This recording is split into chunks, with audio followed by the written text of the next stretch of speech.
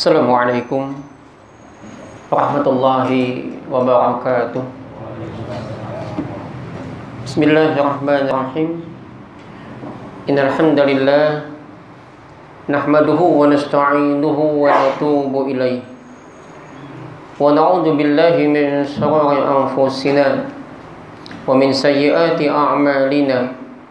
May yahdihillahu fala mudilla lahu wa may yudlil fala hadiya lahu. Asyhadu an la ilaha illallah wahdahu la syarika lahu wa asyhadu anna Muhammadan abduhu wa rasuluh. Allahumma shalli wa sallim ala nabiyyina Muhammadin wa ala alihi wa ashabihi. Qala Allah Ta'ala, fa idza ja'atuhumul hasanah qalu lana hadhihi wa in tusibhum sayyi'atun yattayyaru bi Musa wa man ma'ah. Ala innama ta'iruhum 'indallahi walakinna aktsarahum la ya'lamun.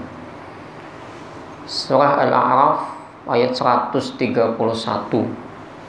Maka jikalau didatangkan kepada mereka al-hasanah, fa idza ja'atuhumul hasanah qalu, lantas mereka menjawab mengatakan lana hadhi, ini milik kami. Wa in tusibuhum sayyi'atun yattayyaru bi Musa wa man ma'ah. Dan jikalau ditimpakan kesialan, kemalangan, rugi, bangkrut, yattayyaru bi Musa wa man ma'ah, mereka timpakan kesialan itu kepada Musa dan pengikut-pengikutnya. Ala innama ta'irum indallah, ketahuilah bahwasanya kesialan mereka Allah yang netapin. Walakinna aktsarahum la ya'lamun, tetapi kebanyakan mereka tidak mengetahui. Bapak saudara sekalian yang tentunya semoga senantiasa dirahmati Allah Subhanahu wa Ta'ala, mari kita sama-sama niatkan duduk di majelis ini sebagaimana Nabi menyebutkan, majtama'a qaumun fi baitin min buyutillah, tidaklah berkumpul satu kaum di salah satu rumah Allah, yatluna kitab Allah, kemudian sama-sama membaca kitab Allah, wa yatadarasunahu bainahum, dan mempelajari kitab tersebut sama-sama, illa nazalat alaihimus sakinah, kecuali akan ditanamkan ketenangan, diturunkan ketenangan, wa ghasyiyatuhum rahmah, akan diliput rahmat, wa khaffathumul malaikah, dan akan dikelilingi oleh malaikat, wa zakarahumullahu fi man 'inda, Allah sebut nama-nama mereka di sisinya. Mudah-mudahan nama-nama kita yang hadir di majelis ini Allah sebut nama-nama kita. Amin ya rabbal alamin. Surah yang ketujuh, Al-A'raf ayat 131. Dan penting untuk kita semakin mengkaji dan mendalami ayat ini. Di samping tadi akan mendapatkan ketenangan, akan mendapatkan kenyamanan setelah awalnya tuh gelisah, ketakutan. Sakinah itu kan tenang setelah munculnya badai, itu sakinah. Ketakutan, wah ini malam arba, wah ini mulai dah khawatir nih, malam sial kan gitu, takutan sial. Maka Allah tanamkan ketenangan. Kemudian wa ghasyiyatuhum rahmah, akan diliput rahmat Allah. Nah, Bapak saudara sekalian yang dirahmati Allah Subhanahu wa Ta'ala, ayat ini sebetulnya berbicara tentang keluarga Fir'aun.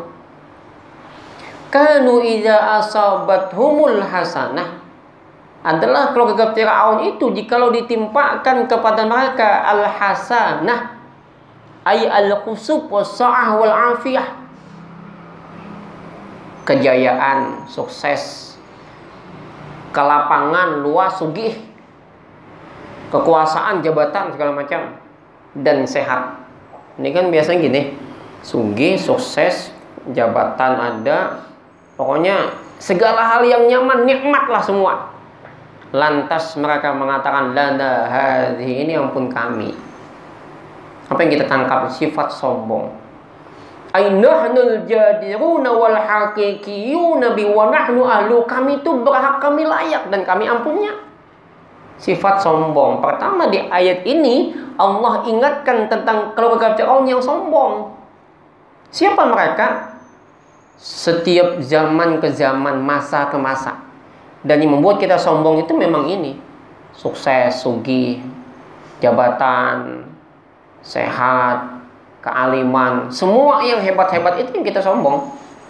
Karena sugihnya sombong. Untung juga sugih.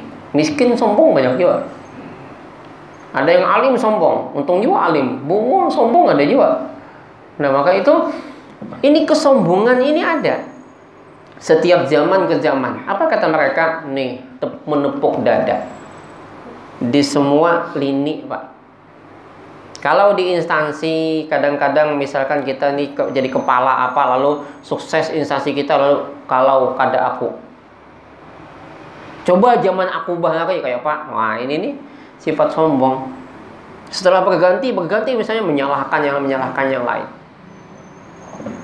Nah, sifat sombong ini menjangkit sampai kemana-mana. Tapi kalau orang sombong, sugih, sombong belum sugih lagi. Alim, sombong belum alim. Karena orang yang alim nggak akan sombong, orang kaya nggak akan sombong.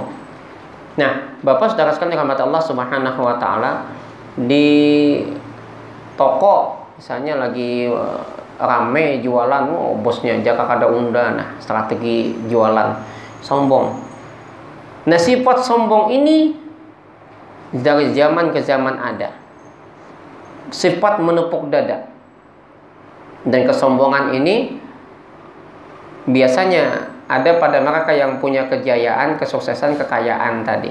Penguasa juga, ya kan, karena punya kekuasaan. Makanya pantas dan memang wajar kadang-kadang penguasa juga perlu untuk kita ingatin tentang ayat ini. Bahkan ketika dilantik pun, saya ingat ketika Umar bin Abdul Aziz dilantik, anak beliau yang bernama Abdullah datang. Di hari pelantikan itu datang anaknya. Ya abati, bah, jangan anak. Innakal yauma, sesungguhnya engkau nih hari pian, hari ini dilantik. Sawfa tus'alu yaumal qiyamah, esok akan ditakuni hari kiamat. Wa yus'alu ma'aka ahlil baitik, yang ditakuni bukan cuma pian aja. Wa yus'alu ma'aka ahlil baitik, akan ditanya bersama engkau keluarga rumahmu, anakmu, binimu ditakuni. Ditanya semua, anak semua ditanya. Jangan gampang-gampang, oh abahku pejabat, lakiku pejabat misalnya kan. Nggak gampang, ditanya semua. Wa yus'alu ma'aka ahlil baitik famshi 'alal haqq, maka berjalan engkau di atas kebenaran. Walau ji'na 'alal qudur, meskipun berada di atas perut dibakar, jangan kau tinggalkan kebenaran itu. Dan Bapak Saudara lihat, sukses beliau, nggak ada kesombongan. Jakanya nangkai ini adalah anak gubernur, anak bupati, wali kota, presiden datang, bah ujar anak. Misalnya kan siapakah akan jadi gubernur kena? Haji Denny kan misalnya kan, mudahan kan. Kenapa kalau lah, maaminakan lah. Bukan berarti kada ketujuh tentang sikung, ya namanya pemimpin, walaupun kada memilih kita dukung. Saya walaupun tidak memilih, karena dia pemimpin kita dukung dulu. Tapi kayaknya ada saatnya untuk mengganti. Kada usah hamuk-hamuk dengan kalimat-kalimat yang kasar dengan mereka. Ya biarlah sudah berjalan, yang penting ingatin ya ayat.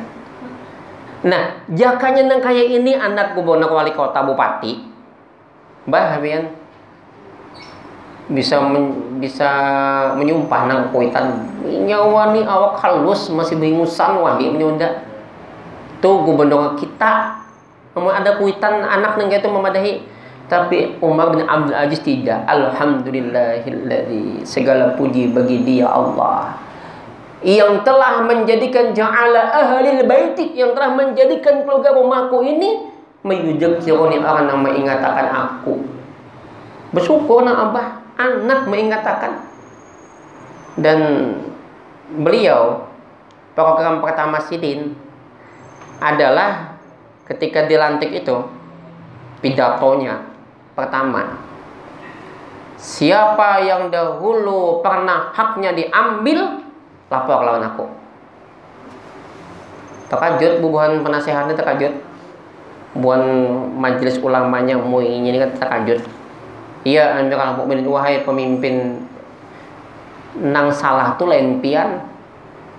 Dahulu nang salah, pemimpin dahulu nang salah kadang pian gak ada. Apa ujar Umar bin Abdul Aziz, sekarang pemimpin aku nang bertanggung jawab. Nang ada apa ini saling menyalahkan. Ini kan zaman si anu, ini kan zaman si anu. Itu bukan tipe seorang pemimpin yang sejati, yang suka menyalahkan. Juga bukan tipe rakyat yang sejati, yang selalu menghujat pemimpin hanya karena berbeda paham. Ada saatnya nanti, kalau waktunya tiba, akan kita ganti, kan gitu. Nggak harus dihujat habis-habisan. Nah, Bapak saudara sekalian dirahmati Allah Subhanahu wa Ta'ala. Kemudian, Bapak Ibu, tapi itu pun Umar bin Abdul Aziz, pemimpin yang sangat bijaksana ini, matinya pun dibunuh. Banyak yang gak suka. Nah, kita lanjut. Tetapi sebagaimana menafsirkan akan ayat ini Mujahid wa ghayruhu qalu lana hadi, maka kami mengatakan ini milik kami. Wa in tusibuhum sayyi'ah, dan tatkala ditimpakan, didatangkan kepada mereka as-sayyi'ah, keburukan, kesialan, kemalangan, rugi, macam-macam, ay bala wa qadun tatayyaru bi Musa wa mamma'ah, maka mereka timpakan kesalahan itu kepada Musa dan pengikut-pengikutnya. Bapak Ibu lihat, sifat yang kedua, pemimpin yang sombong, orang kaya yang sombong, orang yang alim yang sombong, orang yang jaya yang sombong, kaya sombong, penguasa sombong, pejabat sombong. Apa sifat yang kedua? Sifat yang kedua adalah mencari kambing hitam tatkala terjadi kerugian. Bapak Ibu lihat, ya. Di rumah tangga aja, kalau misalnya kita jauh sampai ke ranah kota, rumah tangga aja. Kalau di toko sudahnya, ya kan. Saya kan pedagang kan.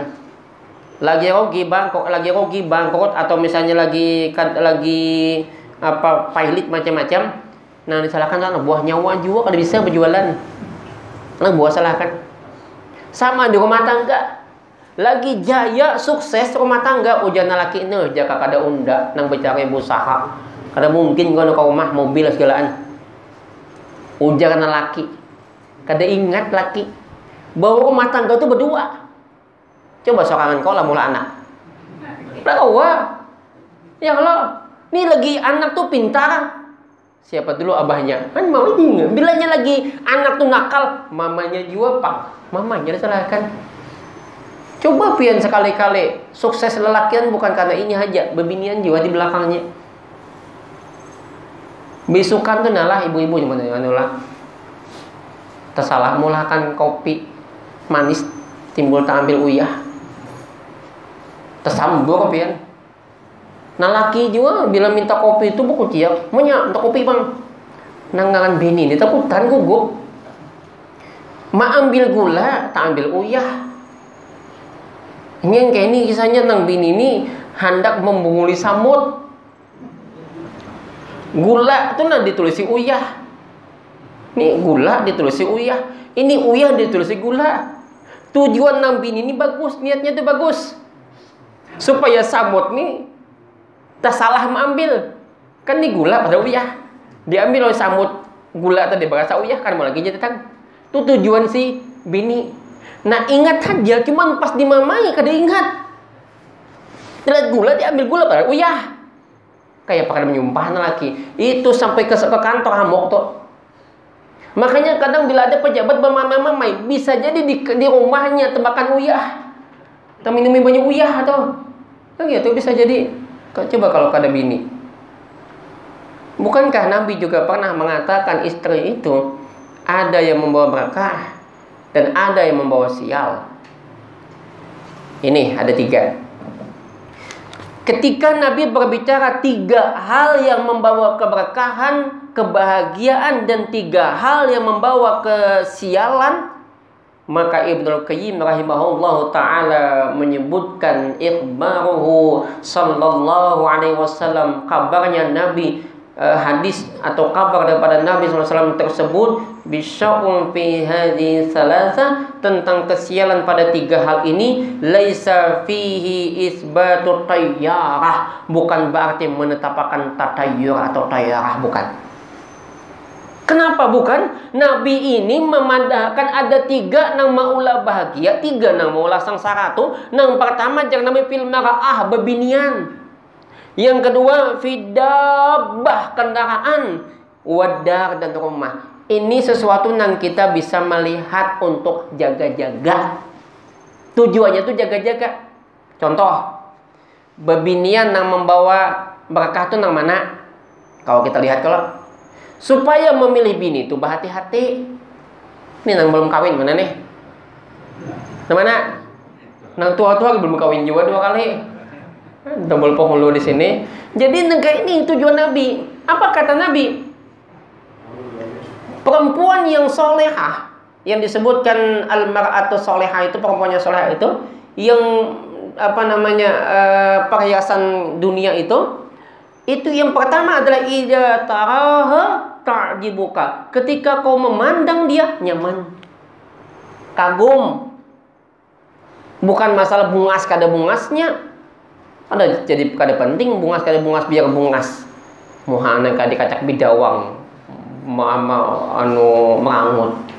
Ya kalau kada ada guna, dia kada bungas. Bini ulun kok kayaknya kada bungas, kada apa-apa. Topeng sehari ini bungas sama gitu. Kada bungas tapi senyum, 2 laki baik kan. Ini semua perangutan. Alahan pada malaikat Malik. Datang 2 laki langsung menanai duit. Bujur baju nanti ke sini nah seksi, tapi harus mandian 3 hari 3 malam. Pilih mana pian? Nah, ini perempuan yang ketika kita memandang dia nyaman. Coba pian merasa kalau bini itu datang dari begawi, disambut bini. Langsung disambut, ditakuni pulang. Bukan ditakuni datang di mana atau lawasnya ada. Ini kadang-kadang bebinian ini bertakun, datang mana pian? Hamuk na laki. Takun itu hendak apa? Nak makan, kadang maam kah? Kan paham lah. Melaki itu mun ditakunin nang intul, bah. Itu ya Allah. Jolon bila bisi bini nang kene nalah, bila bisi bini nang kene. Mun belum mati kan dikubur dulu. Sudah mati kan dikubur. Kasihan si Din. Jadilah coba Nabi itu, datang Nabi nih. Khadijah itu dalam kondisi ketakutan, Nabi itu kondisinya takut, khawatir, cemas karena baru melihat sosok yang sangat besar. Ya kan, yang waktu dapat wahyu pertama. Baru dibuka haja lawang, setengah ketakutan Nabi hilang. Itu bini nang solehah. Hanya dibuka lawang, setengah ketakutan Nabi hilang. Makinya dibuka, hilang takutannya. Ini ada laki belum bulik itu takutan sudah. Belum bulik itu takutan. Ditelepon bini itu nah. Asal nang kayak menggatar na laki main dom. Bini menelepon, alahan pada malaikat maut lagi dah. Menggatar boleh. Padahal dia gaul. Rambut panjang. Tato hibak. Nya tato aja hibak dipukul orang KO juga kungubut orang. Esoknya tato berganti. Bertulisan asal jangan berkungubut. Tato. Tapi juga bini takutan.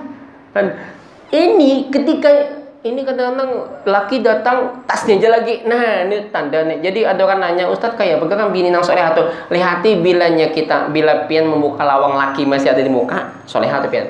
Bila pian membuka lawang cuman tasnya aja, orangnya buka. Nah, ini tahu seorang itu pian apa kan? Itu jadi gini Bapak Saudara sekalian dirahmati Allah. Dipandang tuh nyaman.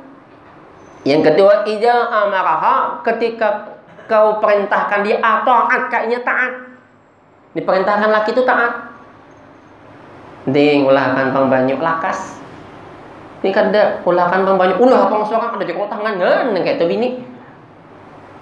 Amunnya hari bulan apa bulan anu aja lagi.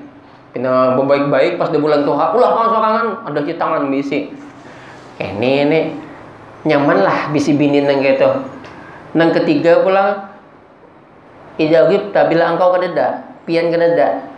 Dia bisa menjaga kehormatannya dan hartamu. Dia bisa jaga hartamu dan kehormatan dia. Kayak apa kada berkah. Ini kita kadeda selambar hilang nah habang, dua lambar hilang nah habang. Dua kita bah moha bilang nang kayak apa tadi mbahnya berjalan ke pengantin bah. Ke pengantin pian ya Allah. Ke kondangan tuh bebinian wah ini 3 jam pian backup aja. Pupur 5 cm tabalnya. Galang akun mainjam asal mas. Padahal tahu itu minta si dipakai juga sampai ke ketiak. Nah berjalan isuk teh selahu bini neng ini kayak apa berkah lah. Maka itulah tujuan Nabi memadahkan bahwa perempuan itu bisa membawa berkah, bisa membawa sial. Itu makanya dalam tradisi Banjar yang jangan disia-siakan. Pertama, bini yang menemani kita mulai nol. Coba biar sia-siakan, hancur tuh. Yang kedua, itu tradisi buat kita bang lah. Kendaraan hanya kita begawi. Itu biasanya disimpan tuh. Kita tahu bibi kata apa? Pokoknya kenangan kah atau kayak apa kan mengingatkan kembali itu nah. Nah itu ulun hampir sama dengan kenapa ujar ulun mas kawin, orang kawin. Mas kawin itu betul-betul dijaga. Kenapa? Karena ketika kita berkelahi, laki bini keingetan mas kawin tadi. Ya, akhirnya berbulikan, bilang kan. Zaman ini kan banyak nang, apalagi zaman corona nih, Bian. Di Bandung aja cuma berapa nang antri untuk berpisah. Jadi peringkat pertama gugat cerai, bebini yang menggugat laki, itu didominasi oleh bubuhan guru pendidik. Kada tahu kenapa, karena sertifikasi. Yang kedua, bubuhan medisnya. Peringkat ketiga itu di tingkat bubuhan kejaksaan, pengadilan. Entah kenapa juga atau juga nih, yang banyak terjadi tingkat-tingkat perceraian inilah. Tapi itu beberapa waktu yang lalu ya. Saya nggak dapat datanya ya. Data yang sebenarnya belum dapat. Nah yang jelas itulah keadaan hari ini, banyak ya perceraian itu. Kenapa? Karena salah memilih pasangan. Itulah makanya juga Nabi selalu perintahkan kepada kaum perempuan, ija khataba ilaikum man tardawna dinahu wa khuluquhu fazawwijuhu. Kan gitu. Nah yang kedua, kendaraan. Kendaraan itu bukan menunjukkan tatayur juga.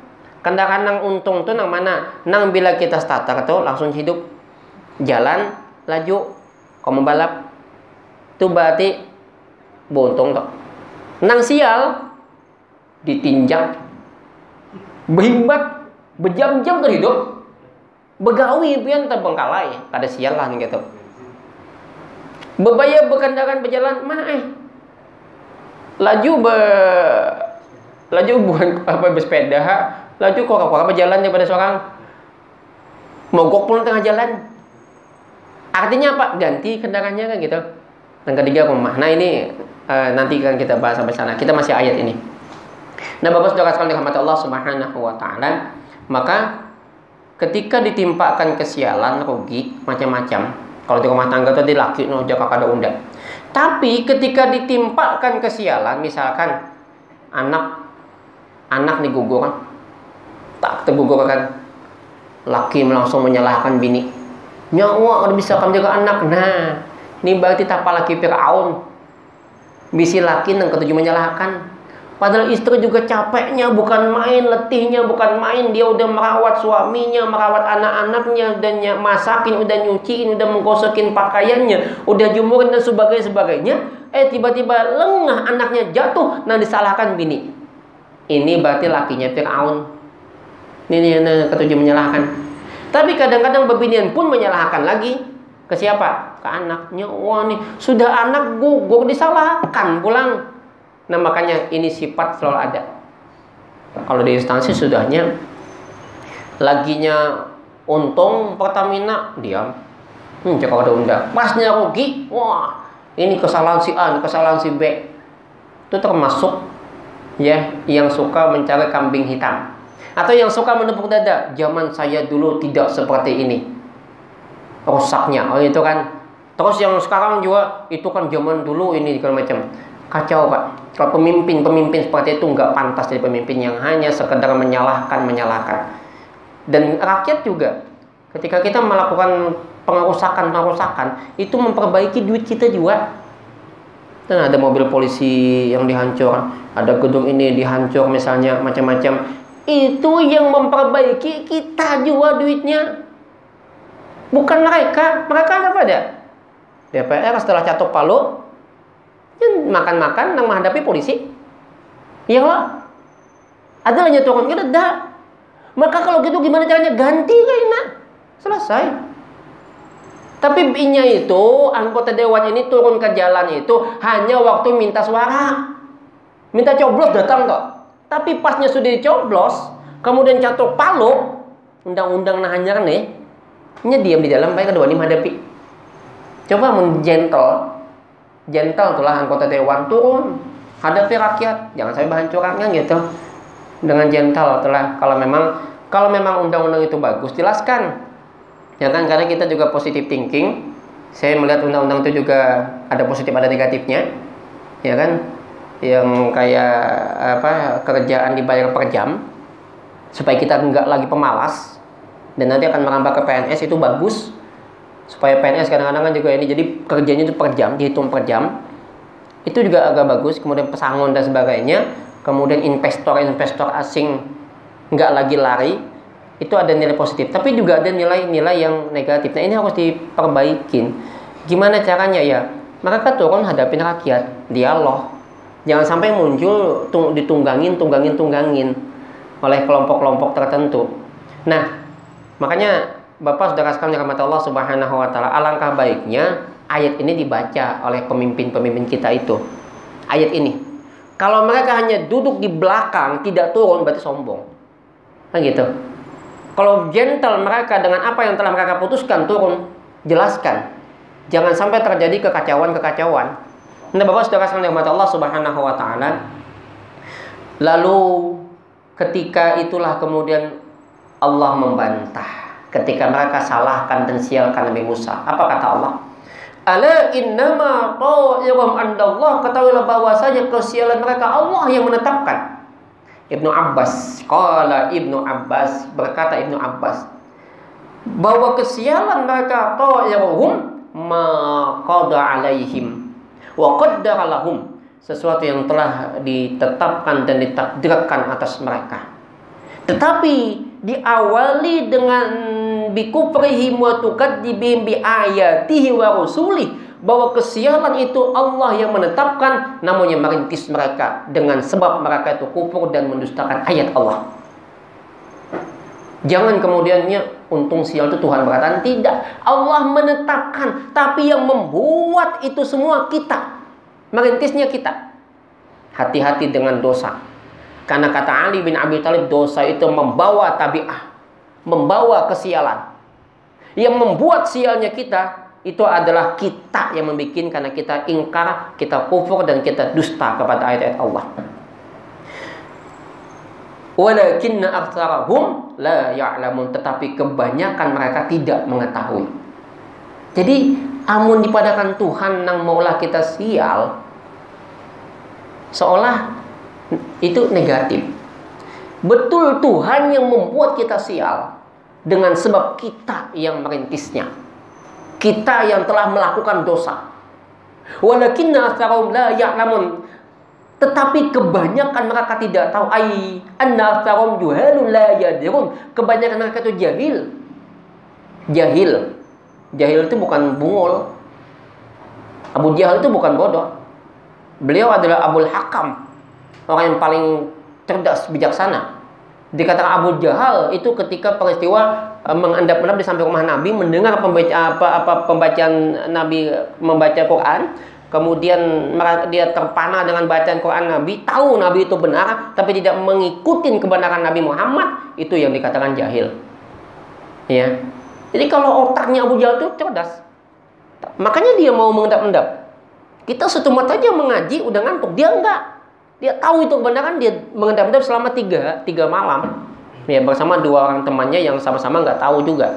Nah, kan ketemunya pas sama-sama mengendap. Jahal lah, nyawa lah, selanjutnya sepian. Nyawa cuma perjoyan lah aja. Bapaknya mah itu benar suara Nabi Muhammad. Suara Muhammad gitu nah. Ya kasih orang Banjar kan, Abu Jahalnya. Nah, jadi Bapak jelaskan firman Allah Subhanahu wa taala itu ya sebab Abu Jahal. Nah, bodoh tidak tahu. Law fahimu waqilu la'allamu annahu laysa fima jaa bihi Musa alaihi salatu wassalam ila al-khair wal barakah was sa'adah wal falah liman amana bi wattaba'u. Seandainya mereka paham, waqilu mereka menggunakan akal, la'allamu annahu laysa fima jaa bihi Musa alaihi salatu wassalam, tidak ketahuilah bahwasanya tidaklah apa yang didatangkan dengannya oleh Musa alaihissalatu wassalam ilal khair, kecuali kebaikan, wal barakah keberkahan, was sa'adah kebahagiaan, wal falah kemenangan, liman amanabi wattabahu bagi yang beriman dan bagi yang mengikutinya. Jelas? Sial bagi yang kada beriman, untung bagi orang beriman. Kata siapa bilang arba ini sial? Kata orang yang kada beriman. Kan gitu? Bukankah Allah menyebutkan wal 'asr, demi masa Allah bersumpah, innal insana lafi khusr, sungguh semua itu rugi illal ladzina amanu, kecuali orang beriman. Semua sial, semua rugi, semua celaka illal ladzina amanu, kecuali orang beriman. Orang beriman enggak akan pernah rugi, orang beriman enggak akan pernah sial. Qad aflahal mu'minun, sungguh beruntung orang yang beriman. Seandainya Fir'aun tahu bahwa apa yang dibawa oleh Musa dan pengikutnya kecuali kebaikan, keberkahan, kemenangan, kebahagiaan bagi orang yang beriman dan mengikuti dia, tentu dia tidak akan tertimpa kesialan. Nah, Bapak dan saudara sekalian dirahmati Allah Subhanahu wa taala. Ini ayat yang pertama ketika bicara tentang tatayyur di kitab Fathul Majid ini. Ayat yang kedua, surah yang ke-36 itu surah Yasin. Ini hafal orang Banjar terutama tuh ke-7 Yasinan. Saya nggak nyalain, bagus tuh, ya kan? Yasinan tuh bagus. Cuman jangan cuma sekedar Yasinan, coba sambil kita telaah, ya kan? Malam Jumat orang baca Yasin, berkumpulan kan. Walaupun sikung baca sikung apa ya, terpuntal-puntal lah ada apa juga. Yang penting coba lihat. Qalu ta'irukum ma'akum a'in dzukirtum bal antum qaum musyrikun. Mereka mengatakan bahwa kesialan kamu bersama kamu. A'in dzukirtum bal antum qaum musyrikun. Apakah jikalau kami ingatkan kalian melampaui batas kepada kami? Jadi gini, mereka menuduh bahwa kesialan itu bersama dengan para pendakwah. Kesialan itu bersama dengan mereka yang membawa kebenaran. Padahal sebetulnya kesialan itu adalah bisa babi a'alikum wa kufrikum wa mukhalafatikum nasihan, karena engkau perbuatanmu, kekufuranmu dan ketidakmauan mengikuti nasihat. Laisa huwa min ajlina wala bisababina, bukan kami penyebabnya, bukan kami yang menyediakan. Bal bibaghikum wa adawanikum, tapi karena kezaliman kalian dan karena pemusuhan kalian. Itu membuat kalian sial. Nah, ta'irukum ma'akum ay raji'un 'alaikum. Ini kembali kepada kalian. Ini masuk kepada wa hadza min babil qisas fil kalam, masuk pada bab qisas fil kalam. Ya, masuk dalam bab qisas fil kalam. Sebagaimana Nabi mengatakan apabila mengucapkan salam alaikum atas kalian ahlul kitab, faqulu alaikum. Jadi ketika orang ahlul kitab mengucapkan salam kepada kita, jawab alaikum, bulikakan. Alaikum atasmu juga. Kalau ada menyumpahin kita, Pak, biar aja. Apa jawabannya? Terbulik alaikum, bulik kayak kamu. Mengintu sedin tuh Kalau pintar mereka kan alaikum. Ikam gini kata juga gitu Allah. Atasmu juga kan gitu. Ibnu Qayyim mengatakan ketika berbicara dengan Allah Ta'ala ain dzukirtum ay min ajli ana dzakarnakum wa amarnakum bi tauhidillah qabaltumuna bihadzal kalam. Apakah jikalau kami ingatkan kalian, kami perintahkan kalian untuk mentauhidkan Allah, qabaltumuna hadza bil kalam, kalian justru sambut kami dengan ucapan sumpah serapah, mensialkan, menuduh kami. Dan hari ini banyak kan pendakwahan yang dituduh radikal, ya Allah, dituduh macam-macam, ya macam-macam lah, nang hafiz Quran semua disalahkan. Walaupun memang ada sebagian, tapi itu bukan orang yang memahami Islam secara kafah, yang radikal itu. Ya, insya Allah kalau orang yang beriman, sungguh beriman, bahasanya santun, dia nggak akan berbuat onar dan macam-macamnya. Nah, apakah kalian bantah kami dengan tuduhan ini? Bal antum qaum musrifun, bahkan kalian kaum yang melampaui batas. Bapak dan saudara sekalian yang dirahmati Allah Subhanahu wa taala, maka kuncinya adalah bahwa sial dan untung itu ada. Pada siapa? Kesialan hanya bagi orang yang tidak beriman. Dan Allah telah bersumpah ini, innal insana lafi khusr, semua manusia itu sial. Sumpah Allah ada, semua manusia itu rugi, iya, illal ladzina amanu, kecuali orang beriman. Kuncinya iman, Pak. Kuncinya iman.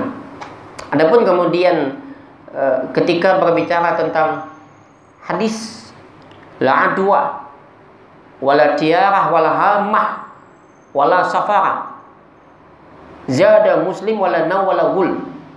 Adwa, tidak ada adwa ismum minal i'da, di isimnya adalah al-i'da, penyakit yang menular sorangan. Itu nggak ada, Pak, nggak ada.